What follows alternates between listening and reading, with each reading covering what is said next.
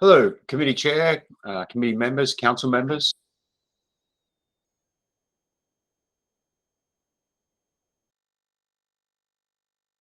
An update for the multi-jurisdictional hazard mitigation plan.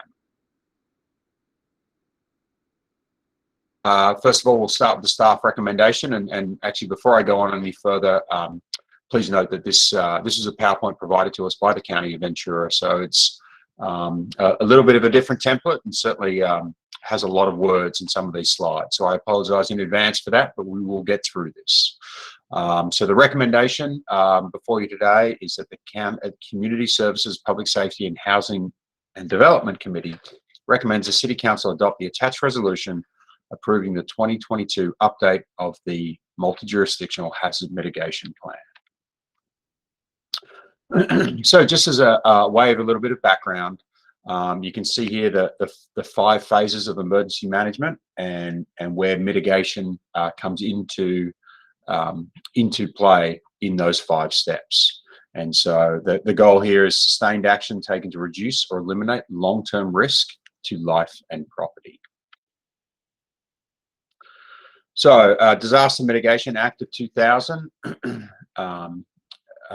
it essentially requires that we put together these hazard mitigation plans.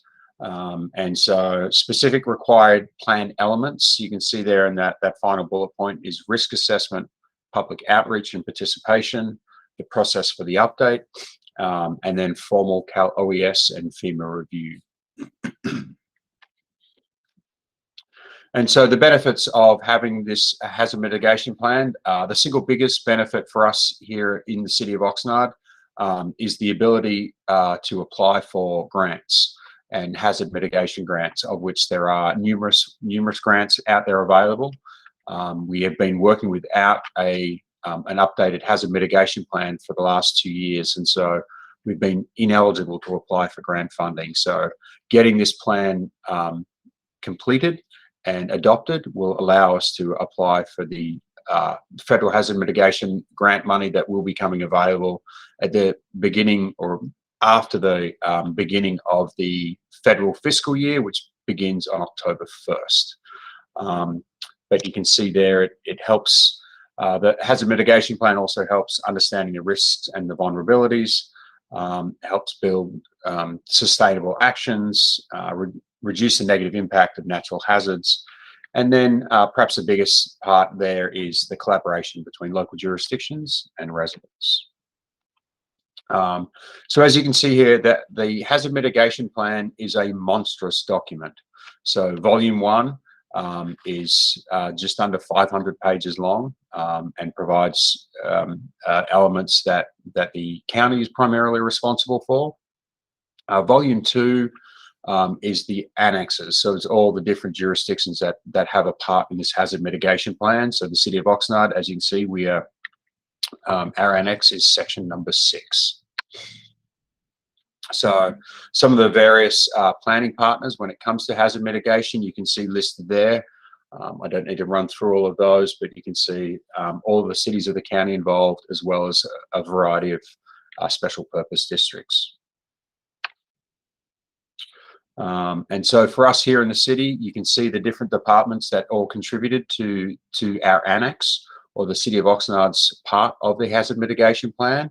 And so you can see that we engaged the vast majority of the city's departments in this process. And so the hazards that are included in this hazard mitigation plan, you can see there on the left, the hazards of concern on the left, namely dam failure, drought, which we're obviously dealing with, earthquake, which is an ever-present threat, floods, landslides, obviously sea level rise and coastal erosion are becoming bigger and bigger issues, and just the severity of weather in general obviously is becoming a bigger issue for us.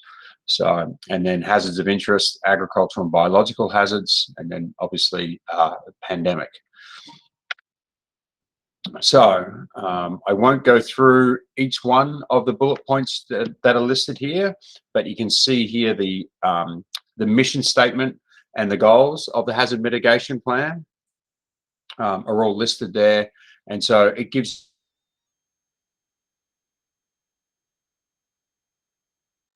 adopting this hazard mitigation plan. So part of the process of developing this plan was actually going through public meetings and presentations. Certainly representatives from the City of Oxnard participated in meetings that were hosted by the County of Ventura. We did have some pretty good attendance at those meetings. And then there are other websites, public surveys that were built.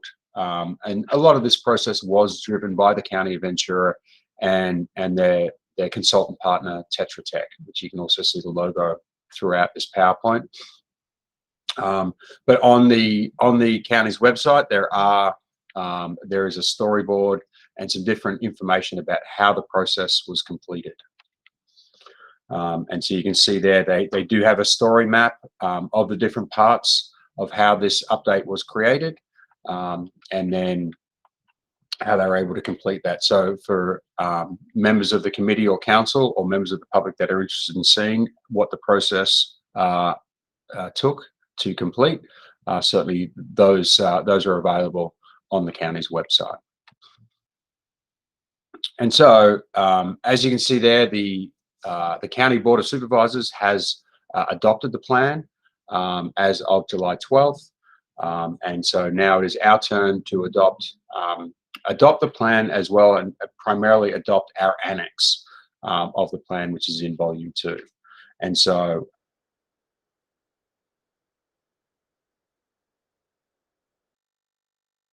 September for adoption.